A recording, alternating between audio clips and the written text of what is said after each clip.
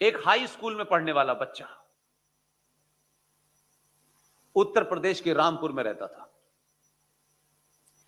65 में एक वॉर हुई। मैं उन घटनाओं का जिक्र कर रहा हूं जिससे मैं सीधे तौर पे जानता हूं। और 65 की वॉर अनाउंस हो गई। 65 का देश आज जैसा नहीं लगता। हम सोचते हैं पता नहीं क्या होगा, और आज हम समझते हैं जिहाद और तमाम सारी चीजें यकायक हैं। 9 से 10th क्लास में आने वाले एक लड़के ने कुछ साथियों के साथ मिलकर रामपुर में एक सड़क को खोदा। और रामपुर कैंटोनमेंट एरिया है, फौज वहां रहती थी। उसने सड़क को खोदा और खोदने के बाद वहां से जो हमारी गाड़ियां जानी थी बॉर्डर पे, 4.5 घंटे तक नहीं जा पाए। ये 65 की बात है और वो लड़का 9 से 10th में पढ़ता था। एन सहाय साहब वहां के डीएम थे। उस जमाने कोई आय भी नहीं हुआ करती थी।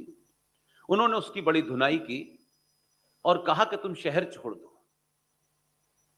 वो लड़का अगले 24 घंटे में रामपुर से निकल करके, ये 65 की घटनाएं ध्यान रखिएगा, रामपुर से निकला और अलीगढ़ मुस्लिम विश्वविद्यालय में आ गया। और उसे वहां पनाह मिली और कुछ दिन के बाद उसे एडमिशन दे दिया गया और वो वहां रह के पढ़ लिख के बड़ा हुआ। और बड़ा होने के बाद उसने राजनीति में कदम रखा और एक पार्टी का नंबर 2 नेता बना, और उस नेता का नाम है आजम अली खां। और उसने रामपुर में मुलायम सिंह के साथ रह करके कोई सत्ता पाने का अधिकार नहीं किया था। सत्ता तक पहुंचने के बाद जिस आदमी के पास पजामा सिलवाने का पैसा नहीं था, उसने उस सत्ता से इतना पैसा कमाया और रामपुर में एक विश्वविद्यालय बनाया है और जानबूझ के उसका नाम रखा है मौलाना मोहम्मद अली और जौहर अली। आप उस विचारधारा को, उस फिलॉसफी को समझे बगैर इस्लाम से नहीं लड़ सकते। इस्लाम को आप जब समकक्ष खड़ा कर देते हैं हिंदुत्व के, सनातन के, तो ये सबसे बड़ी भूल करते हैं। हमको ये बीमारी सूझ गई है हिंदुस्तान के हिंदुओं को, और खासतौर से उन हिंदुओं को जो ये कहते हैं हम हिंदूवादी हैं। इसलिए ये नैरेटिव हमने निकाला, सारे धर्म बराबर हैं। ये नैरेटिव हमारा है। आपका शत्रु आप पे हंसता है कि क्या महामूर्ख लोग हैं, हमारा नैरेटिव चला रहे हैं। हमारे साहित्य में, संस्कारों में धर्म का अर्थ पूजा पाठ नहीं होता। मणिक जी, धर्म का अर्थ पूजा पाठ नहीं होता। हमारे साहित्य में धर्म का अर्थ होता है कर्तव्य। मां का धर्म क्या है, पिता का धर्म क्या है, राजा का धर्म क्या है, बेटे का धर्म क्या है, सबको अपनी ड्यूटी निभानी है, उसे धर्म कहते हैं। धर्म का अर्थ किसी मजहब का समकक्ष नहीं होता। उसका धर्म से क्या मतलब है, पूजा से कोई लेना देना नहीं है ना। तो बस मैं वही कह रहा हूं, अब आप उसकी नई परिभाषा मत बताइए। अगर आपको पता होता तो बताना चाहिए था आपको अपने गली मोहल्ले में। तब नहीं कहते ना कि सारे धर्म बराबर हैं। और जब सारे धर्म बराबर कहने लगे तो दूसरी मूर्खता हमारे हिंदुओं ने की है। देखिए, मैं पॉलिटिकल पार्टीज गड़बड़ करती हैं, मैं इसलिए ज्यादा उस पर जाता नहीं हूं कि वहां सत्ताओं में, दुनिया में जो भी जाता है, उस राजनीति का खेल एक अलग है, उसकी ग्रामर अलग है।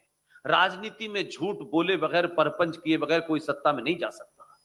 इसलिए वहां झूठ बोलना अनिवार्य है, लेकिन मंदिर में बैठने वाले पुजारी को झूठ बोलने का अधिकार नहीं है।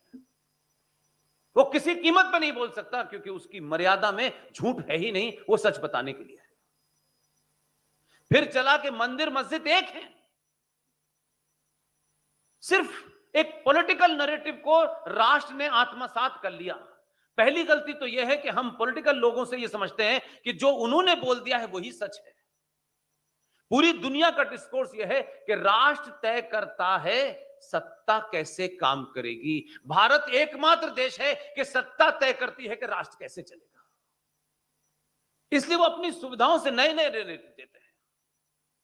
मस्जिद और मंदिर इसलिए एक नहीं हो सकते कि मस्जिद में अल्लाह है कि नहीं है मुझे नहीं पता। वैसे टेक्निकली इस्लाम में मस्जिद का कंसेप्ट नहीं है। मस्जिद सेक्रेड प्लेस नहीं है। जो ओरिजिनल इस्लाम है। आज तो अलग अलग किस्म के इस्लाम चल रहे हैं।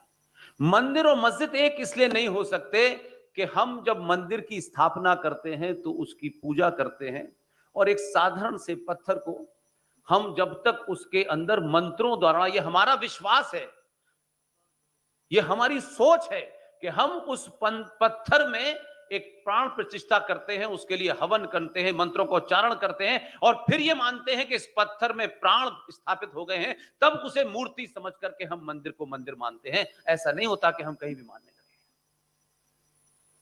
इसलिए मंदिर के अंदर जाने का एक अलग भाव होता है और मस्जिद में जाने का एक अलग भाव होता है। हमारा कभी भी कोई पंडित मंदिरों को में पूजा करने वाले लोगों के बाद खुतबा नहीं देता,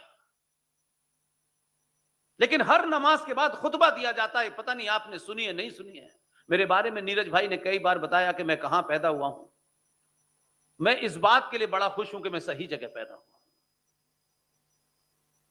खुतबे में क्या कहा जाता है? खुतबे में मौलवी अजान देता है नमाज पढ़ाने के बाद, फिर बताता है कि समाज के सामने, मुसलमान के सामने, इस्लाम के सामने दुनिया में क्या हो रहा है, अमेरिका क्या कर रहा है, इजराइल क्या कर रहा है, और भारत के अंदर क्या हो रहा है, और आपके मोहल्ले में क्या हो रहा है। उसे खुतबा कहते हैं। वो पूरे तौर से एक मिलिट्री का हिस्सा है। यहां हमें बताया जाता है, नैरेटिव देखिए कैसे कैसे बनते हैं, और इन नैरेटिव को हम चलाते हैं, और वो कहते हैं पंचर छाप।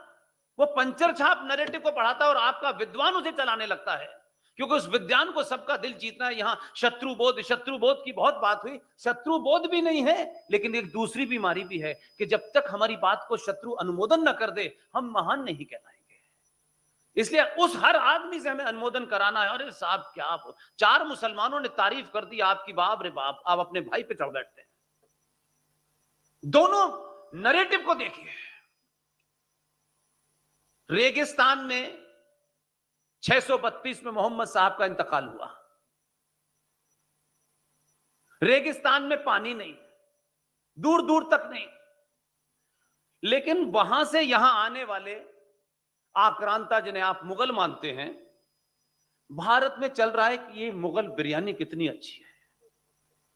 जिस रेगिस्तान में सुबह धोने के लिए पानी नहीं है, वहां चावल पैदा कहां हुआ, और भारत में मुगल बिरयानी मिल रही है। लेकिन हम बिना सोचे समझे, हमको बात करने का क्यों शौक है भाई? हम ये क्यों नहीं कहते भाई हम इस विषय के जानकार नहीं हैं, हम इस पे बात नहीं करेंगे। इस 10-12 साल के सफर में कई बार ऐसे मौके आए कि मुझे बुला तो लिया लोगों ने, और मुझसे कहा कि आपको अर्थव्यवस्था पे बोलना है। मैंने यहां तक नहीं, यहां तक हाथ जोड़े, और मैंने कहा हाई स्कूल में मैथमेटिक्स में 3 नंबर का बड़ी मुश्किल से ग्रेस मार्क मिला, तब पास हुआ हूं, इसलिए मुझसे इकोनॉमी की बात मत करो। हम सार्वजनिक क्यों कहें कि नहीं हम इस विषय के जान, लेकिन पता नहीं लोगों को माइक मिलते ही कुरान पे एक्सपर्ट, बाइबल पे एक्सपर्ट, इस्लाम, सब चीजों पे एक्सपर्ट लोग हो जाते हैं। इसलिए मैं उन घटनाओं को इसलिए रख रहा हूं ताकि आप सही नतीजे पे पहुंचे, और जो आज की स्थिति है उसको समझने की कोशिश करें। एक तरफ 23 मार्च 1940 को जिना पाकिस्तान की कंप्लीट मांग करता है, यह उनकी पॉलिटिकल टीम ने काम किया, और आप उसके बाद भूल गए कि उन्होंने कंप्लीट पाकिस्तान की मांग की है। और यहां हिंदुस्तान में आनन फानन में 1946 में चुनाव हुए और यह हुआ, लेकिन 1946 में चुनाव भी हुआ, मार्च के बाद उनको जिता भी दिया गया, और मार्च के बाद अप्रैल आया, जून आई, अगस्त आई, 16 अगस्त। याद कीजिए कितना कैलिब्रेटेड पूरा प्लान था। पॉलिटिकल लीडरशिप ने हमें पाकिस्तान चाहिए इसकी मांग पास करके रख दी लाहौर के अधिवेशन के अंदर, और इंतजार किया उन्होंने। और 16 अगस्त 1946 को, जिसे आप आज बंगाल कहते हैं, जिसे आज आप बांग्लादेश का हिस्सा कहते हैं, उसी बंगाल के अंदर सनातनी हिंदुओं को, जिसको आप अगर ढूंढेंगे गूगल पे तो कैलकाटा किलिंग के नाम से आएगी, 2-3 उसके किलिंग के नाम हैं, 16 अगस्त 1946 को बंगाल के अंदर मुस्लिम लीग का सबसे बड़ा लीडर, जो वहां का मुख्यमंत्री था, जिसका नाम हुसैन शहीद सोहरावर्दी था, उस हुसैन शहीद सोहरावर्दी ने राज्य की पुलिस को छुट्टी दी और एक तरफा हिंदुओं का कत्लेआम किया। सड़कों पे लाशें पड़ी हुई थी, नंगी औरतें, बेटे बेटियां। और ये जो गांधी जी तो अच्छे थे, इनको इस बात की चिंता नहीं हुई, लेकिन उसी शहर में एक योद्धा था, कोई रहा होगा रत्नू जी जैसा, कोई रहा होगा नीरज जी जैसा, उसने तलवार उठाई और मुसलमानों को मारना शुरू किया। जब उसने मारना शुरू किया तो हमारे महात्मा जी वहां पहुंचे और अनशन पे बैठे और उससे कहा कि तुम अपने हथियार रख दो। उस आदमी की बहादुरी देखिए, क्योंकि हम अपने योद्धाओं को चुनते वक्त उनके अंदर ऐसा ढूंढते हैं जैसे लड़की के लिए वर चुन रहे हो। गोपाल पाठा ने अगर जवाब दिया, टिट फॉर टैट किया, तो गांधी जी उसके सामने बैठ करके हथियार रखवाने लगे और उसने हथियार नहीं रखे बल्कि हथियार छोड़ के चला गया। गोपाल पाठा की बात हम नहीं करेंगे, तो जब नहीं करोगे तो गांधी आगे आएगा ना। सावरकर की बात नहीं करोगे तो फिर यही लोग आएंगे ना। सुभाष की बात नहीं करोगे तो यही चाटुकार आएंगे ना। तो सुभाष की बात करने पे किसी ने रोका था क्या आपको? और 16 अगस्त 1946 को डायरेक्ट एक्शन करके पूरे देश के हिंदुओं को डराया और एग्जैक्टली एक साल बाद 14 अगस्त 1947 को पाकिस्तान बन गया। ऐसी हमारे यहां शायरी का बहुत शौक है लोगों को। अभी जिस शायर की बात हो रही थी वो अब अल्लाह को प्यारे हो गए, उनका जिक्र किया गया। मैं उसको कितने सालों से ये बात कहता रहा, भाई अगर तुमको ये तमीज नहीं है, भाषा का ज्ञान नहीं है, सामने वाला तुम्हारे बाप को गाली दे रहा है और तुम ताली बजा रहे हो, क्योंकि हमें यह आदत है कि कहीं हम अलग थलग ना पड़ जाएं। जिसकी अभी डेथ हुई है, वो एक शेर बहुत जोर जोर से कहता था और 99% हिंदू ताली बजाता था। सोचिए कि जिन्हें हम पंचर जोड़ने वाला कहते हैं, वो आपसे 1000 साल आगे थे। वो आपको कहता था कि जो आज साहिबे मसनद हैं,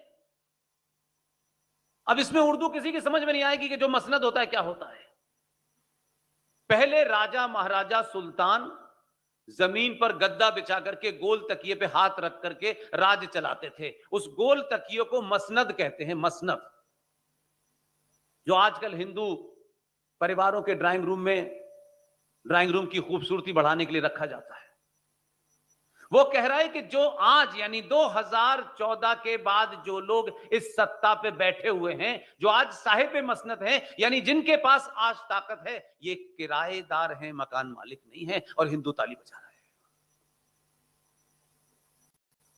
वो आपके मुंह पे साफ साफ कह रहा है कि इनको थोड़ी देर के लिए किराएदारी पे मिल गया है, लेकिन ये किराएदार नहीं, ये मकान मालिक हम हैं।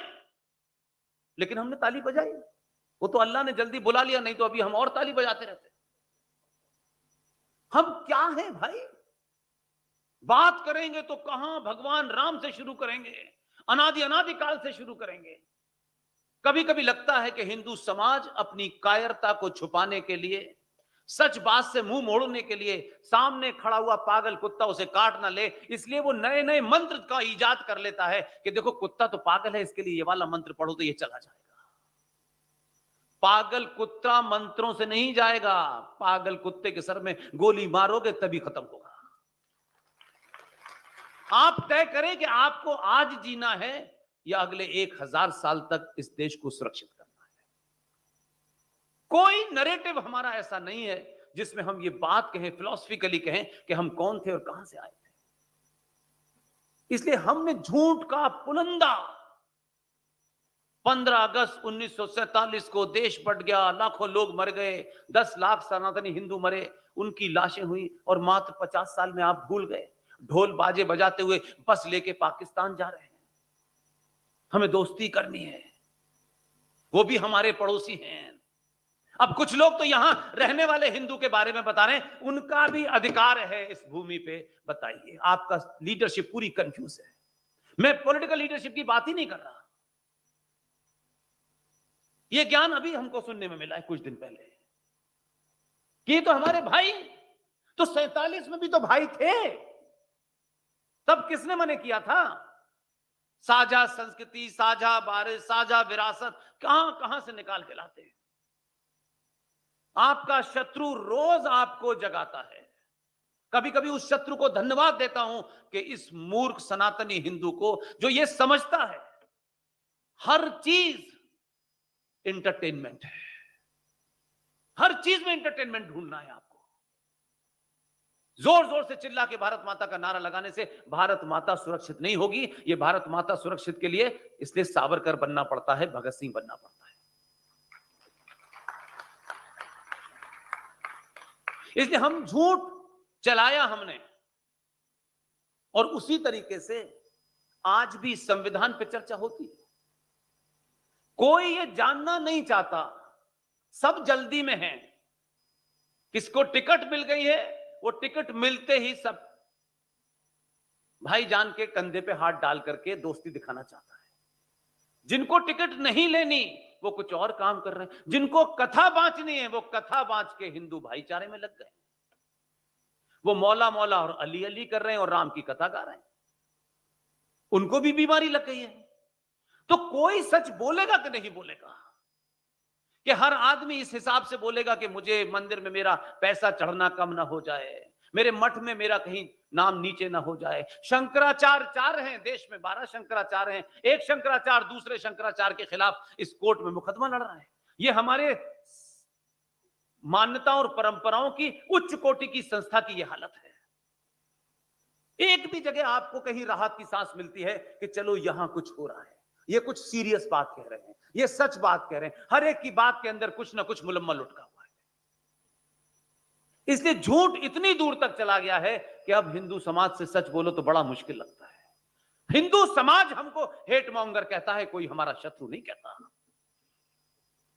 क्योंकि उनको लगता है कि अरे इस फंक्शन में ऐसा नहीं नहीं नहीं नहीं। वो आज जीना चाहता है, उसे शाम तक का जीवन चाहिए।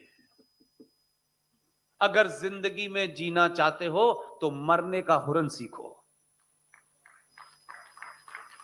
जो कौमें मरने से डरती हैं वो कभी जिंदा नहीं रहती हैं, और मर मर के जो जीते हैं मैं उनसे रिक्वेस्ट करता हूं जल्दी मर जाओ। क्यों जीना है? आपकी फिलॉसफी ये कहती है कि जब मृत्यु आएगी दुनिया की कोई ताकत नहीं रोक सकती। तो जब तक जिंदा रहो, जिंदा होने का एहसास तो करो कि हम जिंदा हैं।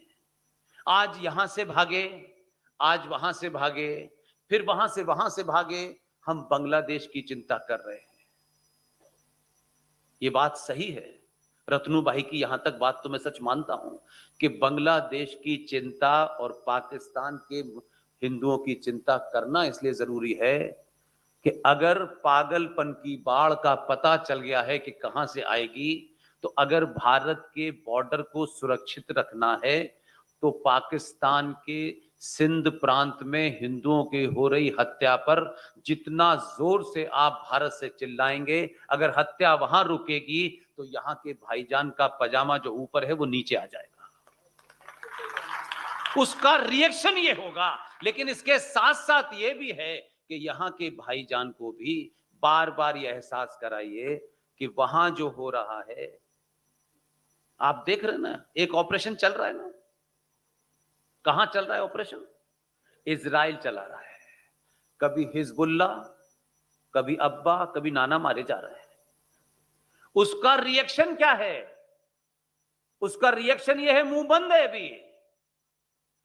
अगर भारत के सनातनी समाज को बिना कुछ कहे इजराइल का झंडा लेकर के 5 करोड़ लोग दिल्ली की सड़कों पे निकलेंगे, भाईजान अगले 10 साल तक चक्कू कट्टा भूल जाएंगे। अभी आपके पास वो शक्ति है, आपको गोली नहीं चलानी है, सिर्फ आपको यह बताना है कि इजराइल 95 लाख जिसकी सिर्फ जनसंख्या है, आप उसके साथ भी खड़े होंगे तो उनको समझ में आएगा कि हिंदुओं को पता चल गया है। अगर इजराइल के समर्थन में आप खड़े हैं और इजराइल को तो ये पता है क्योंकि आपका आदमी उसे मैसेज समुद्र में बातचीत करते हुए दे के आया है, उसे पता है। इसलिए मैंने सुबह भी कहा कि एक घटना ऐसी है जो राजस्थान के लोगों के लिए बहुत बड़ी घटना है। हम बहुत छोटी छोटी चीजों को नहीं जानते जिससे हमारे पूर्वजों ने जो शौर्य के काम किए, जो आज की जनरेशन को हम बता सकें, तथ्यों पे बता सकें। ऐसी कहानियां मत बताइए जिसका कोई सबूत आपके पास नहीं है, क्योंकि आज का बच्चा जो है वो संचार क्रांति में पैदा हुआ है। मैं यहां से कितनी भी बड़ी बड़ी बातें कर दूं, अगर मेरे मुंह से कोई बात गलत निकलेगी और एक बार उसने वेरीफाई की, जीवन में दोबारा मुझे सुनने नहीं आएगा। इसलिए मैं ताली बजवाने के लिए नहीं बोलता। मेरी पूरी कोशिश होती है कि जो 12-13 साल का बच्चा जो इस समय लैपटॉप पे देख रहा है, जो मोबाइल को घुमा रहा है, उसके फैक्ट इतने क्लियर कर दीजिए कि वो जब बाहर निकले तो बौद्धिक आतंकवादी की तरह बात करे। हम मुंह से भी नहीं प्रतिकार करना चाहते, हथियार की बात तो छोड़ दीजिए। Islam is a religion of peace, कहां पढ़ा था? कब मुझे बताएं, कहां पढ़ा था? किस मस्जिद में बताया गया?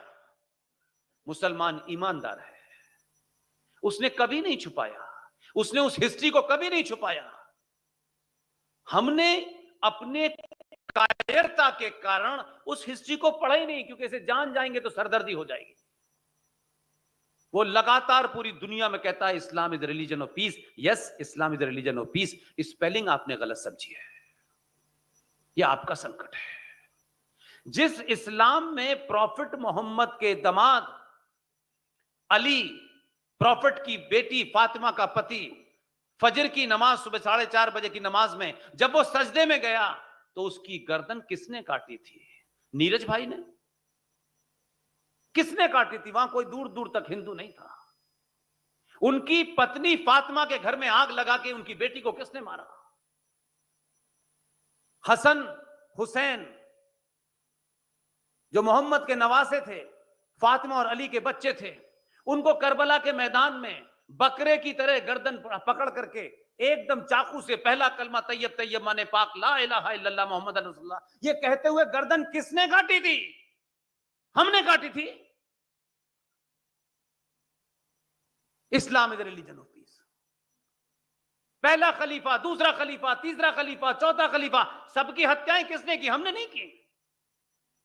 आप उस बारबेरिक थॉट को हिंदू मुस्लिम भाई भाई कहते हो। आपने रामायण पढ़ना छोड़ दिया, आपकी प्रॉब्लम है। आप रामायण में सेलेक्टिव पढ़ते हो, कथाकार सेलेक्टिव कथा बताता है। आपने गीता पढ़ना छोड़ दिया, आपकी प्रॉब्लम है। उसने 1400 साल पहले जो कुरान मजीद था, जिसे बताते हैं वो आसमानी किताब है, उतरी है, कोरियर कंपनी नहीं बताई अभी तक कैसे आई, वो वहीं टिका हुआ है। आपको नहीं अच्छा लगता, ये आपकी प्रॉब्लम है, लेकिन वो वहां टिका तो है। आप तो टिकते ही नहीं है। इसी देश के अंदर 200 से 300 से ज्यादा रामायण चल रही हैं जिसमें टेम्परिंग की गई है। ये भी किसी मुसलमान ने की है? कौन छाप रहा है रामायण? कोई इंस्टीट्यूशन आपने ईमानदाराना छोड़ा? किसी कथावाचक ने अपनी कथा में यह बताया? लेकिन जो उसे नहीं बताना वो बता रहा है। क्या मजबूरी है उसको? अगर हो सकता है दुबई में उसको ज्यादा पैसे मिलते हो कथा करने के, तो भाई तुम दुबई में जाकर के राम की चरित्र बदल दोगे। और आप करोड़ों रुपया देकर के उस कथावाचक को 4-4, 5-5 करोड़ रुपया देते हैं, लेकिन ओमेंद्र रत्नू 100 रुपए के लिए आपसे भीख मांगता है। ये शर्म की बात है। ये कथाकार कहां है? जब कश्मीर में नरसंहार हुआ मैं मौजूद था उस वक्त की, मुझे पता है, एक एक घटना पता है। ऐसी ऐसी तस्वीरें मेरे पास हैं कि डर जाएंगे आप। लेकिन नहीं, ये क्यों बताना है? हमें क्यों लड़ना है? जो मर गया सो मर गया। हम बीच बीच में उनके लिए मरसिया पढ़ेंगे बस। कश्मीरी पंडित उनकी लाशों पे पिछले 40 साल से सिर्फ मरसिया पढ़ रहे हैं। हम जब जरूरत हुई जेब से कश्मीरी पंडित को निकाला, उनके अत्याचारों की बात की। रत्नू जी, आपने कहा कि पाकिस्तान के हिंदुओं की चिंता और बांग्लादेश की चिंता और भारत के हिंदुओं की चिंता, तो आपने कहा कि यहां के हिंदुओं के साथ अत्याचार होता है, तो आपके पास पुलिस है, कोर्ट है। रत्नू जी, इसलिए इस बात को कहता हूं, इससे मेरा यह कतई मतलब नहीं है कि आपका जो युद्ध है उसमें कोई कमी नहीं आनी चाहिए। कश्मीर के नरसंहार को, एक तरफा हिंदुओं के कत्लेआम को इस देश की सक्सेसिव सरकारों ने, कश्मीरी पंडित पीएमओ में रहे, आज भी पीएमओ में होते हैं। ऐसी हालत नहीं है उनकी कि उनकी ताकत कम है, लेकिन आज भी मैं 2024 के भारत की बात कहता हूं, आज भी कश्मीरी हिंदू पंडितों के ऊपर हमारे दोस्त, जेएनयू से पढ़े लिखे बेहतरीन इंसान, अपनी बात को बेबाकी से टेलीविजन पर रखने वाले सुशील पंडित, वो इसमें आने वाले थे लेकिन वो बाहर हैं देश से, इसलिए नहीं आ पाए। मैं एक दूसरे कश्मीरी पंडित हैं ललित अंबरदार, उनसे मैंने रिक्वेस्ट की थी वो आ जाएं, लेकिन उनकी तबीयत बहुत खराब है। सुशील पंडित 2024 के भारत में सुप्रीम कोर्ट में जाकर के एक अर्जी देता है और सिर्फ यह कहता है कि कश्मीरी पंडितों का जिन लोगों ने नरसंहार किया था वो खुले घूम रहे हैं, उनके ऊपर एफआईआर है। माय लॉर्ड, कम से कम कश्मीरी हिंदू जोनोसाइड के बारे में हमारी एक पिटीशन एक्सेप्ट कर लीजिए। 84 करोड़ की भीड़, टैक्स भरने वाली भीड़, तथाकथित शांति में रहने वाली भीड़, उस चीफ जस्टिस ने सुशील पंडित से एक लाइन में कहा कि इट्स टू लेट, अब हमारे पास कोई प्रमाण नहीं है कि इस पे दे, और पिटीशन रिजेक्ट कर देता है, पता नहीं किसी को। लेकिन उसी सुप्रीम कोर्ट का पाखंड बताता हूं, एग्जैक्ट एक हफ्ते बाद एक सुप्रीम कोर्ट में पिटीशन दाखिल हुई और उस पिटीशन में कहा गया कि गांधी के 3 गोलियां नहीं 4 गोलियां लगी थी। सुप्रीम कोर्ट ने पिटीशन एक्सेप्ट कर ली। इसके साक्ष्य थे। इसलिए व्यवस्था, आप मत समझिए हम आइडियल स्टेट में नहीं रह रहे, इससे नॉर्मल स्टेट नहीं है ये। इस देश की व्यवस्था को कुछ लोगों ने सड़कों पे निकल के, कभी इलाहाबाद के अंदर एक ब्राह्मण परिवार की 3 बेटियों का स्लाइस बना के छोड़ के चला जाता है, कभी लखनऊ की सड़क पे कमलेश तिवारी के टुकड़े कर देता है। वो बीच बीच में जिसका अक्सर ये बात करते हैं रत्नू जी, अकस्मात हिंसा की जो बात करते हैं, उन्होंने इन हत्याओं के कारण इस देश की व्यवस्था को डरा दिया है। इसी डर का कारण है कि नुपुर शर्मा पिछले लंबे समय से अंडरग्राउंड रह रही है। उसने कुछ झूठ नहीं बोला, मैं बता रहा हूं, मेरे लिए तो कंपल्सरी था पढ़ना, इसलिए मुझे तो पढ़ के आया हूं। 1 कॉमा फुल स्टॉप जेर जबर, उस बेटी ने सच नहीं, गलत नहीं बोला। उसको सच बोलने की सजा यह दी गई है कि उसको अंडरग्राउंड कर दिया गया है। लेकिन सरकार यह नहीं बता रही है कि इसे खतरा किससे है। कहे ना सरकार इस देश के जिहादी मुसलमान उसे मारना चाहते हैं, तो पता तो चले कि जिहादी हैं, नहीं तो हम तो भाईजान ही समझ रहे हैं उन्हें, अब तक बेचारा ही समझ रहे हैं अब तक। कहे ना सरकार किससे है खतरा। लेकिन फिर भी मैं इन हालातों में यह मानता हूं कि जो स्थिति बनी हुई है उसमें सत्ता के शीर्ष के 2 लोगों ने, मैं जब मिलने गया नुपुर शर्मा से अभी कोई महीने 1.5 महीने पहले, वो मिलना चाहती थी, मैं उनसे मिलने गया, इतने सारे सिक्योरिटी के बाद वो अंदर है। मैं सोचता हूं कि एक लड़की जिसने कोई जीवन में गलती नहीं की, ठीक ठाक पढ़ने लिखने वाली लड़की, सुप्रीम कोर्ट में प्रैक्टिस करने वाली लड़की, दिल्ली विश्वविद्यालय की प्रेसिडेंट रहने वाली लड़की, उसने 1 कॉमा फुल स्टॉप गलत नहीं बोला, लेकिन उसको सजा इस बात की नहीं मिल रही है कि उसे अंडरग्राउंड रहना पड़ रहा है। उसे सजा इस बात की मिल रही है कि ये 120 करोड़ समाज भीड़ बन के रह गया है, उसका